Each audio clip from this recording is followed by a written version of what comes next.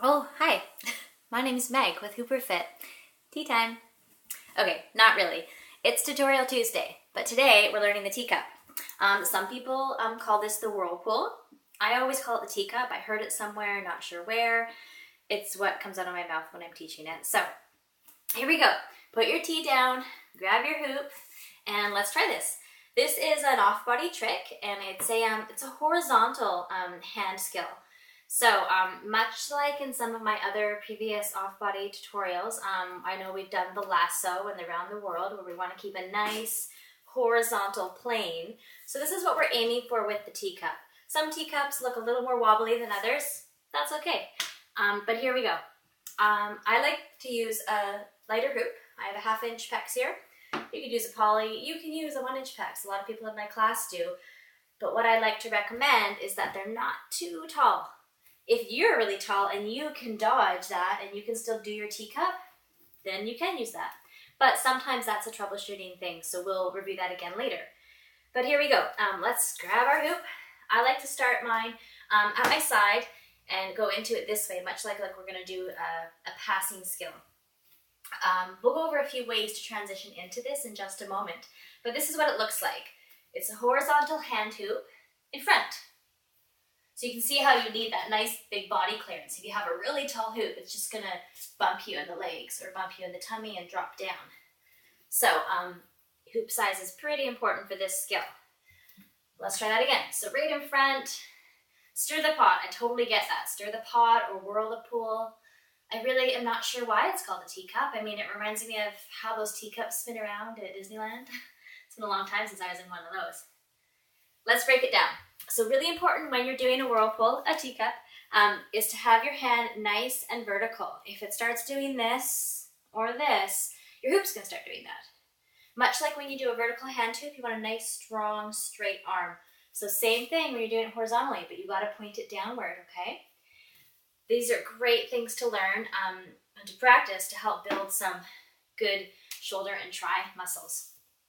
That being said, for some people who have taller hoops, you may need to lean quite far forward, so really engage your core, okay? I don't want anybody putting their back out. So here we go. I am going to put mine on my right side, feet shoulder width apart, and I'm just going to swing it out in front, and I have my knuckles up here, outside grip. Swing it out in front, and then release and open your hand, but point those fingers down. Now, some people have more of a style to have a slightly open fingers, and that's okay if you have a strong pulse.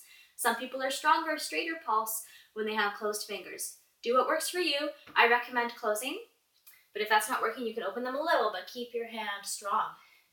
I do think it's key to keep your thumb up. Much like when we do a lasso, our thumb stays down, so our hoop doesn't drop down. Same idea when we're doing our teacup. If our hoop drops down, our hoop might travel up our arm, which could look cool, but in this respect, we want to keep it down there, okay? So there it is. We can try one-handed. I don't know if I've tried two-handed before. Oh, there we go. And I'm going to take my other hand out. Okay, so my left hand is a bit more wobbly. I don't practice my left hand as much. Just like writing, you're stronger on one hand versus the other. So start with your strong hand, but do practice your other hand because it's a great, great workout. So here it is. One thing I love to do with the teacup, it's a great way to transition into something else. Do a little teacup, grab it with your other hand, start passing. Do another teacup. Pass it and break it. I love the teacup because it's so transitional.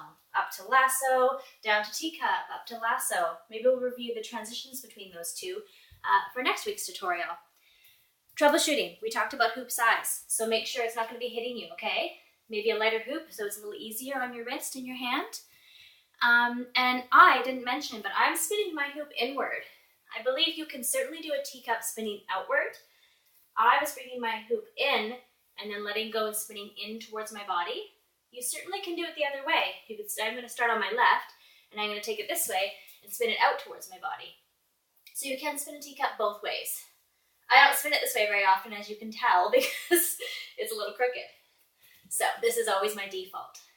But please find what works for you and have some fun. Tea time. Don't forget to join me online, social media. Follow me on Facebook. Go to my website, www.hooperfit.com, and all of my links are there. Thanks so much. Happy Tuesday. Yay.